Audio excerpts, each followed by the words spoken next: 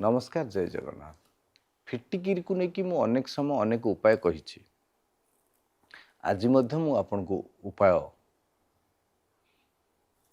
कहूँ जो उपाय आपन जदि करती सुख समृद्धि लाभ करेंगे। जदि अर्थाभाव रोचे तेबे रोसई घरे कला कपड़ा फिटिकिरी बांधि रखी दिंतु।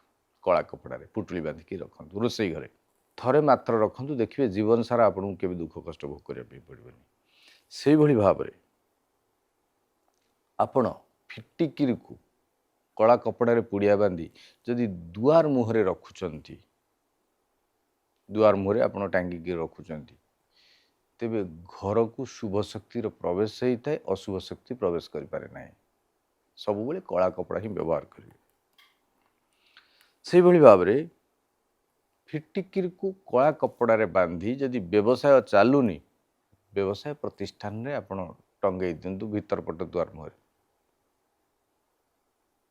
जदि कई गुणीगारेडी करने चेष्टा कर नजर दोष हो तेज से मुक्ति मिल एवं व्यवसाय चलो ही चलो। कौन सी ऑफिस अच्छी ऑफिस रे समस्या तैयारी होची तेबे फिटिकिरी को ऑफिस रे टंगे दिंतु। सफलता आपन चरण छुईं। जय जगन्नाथ।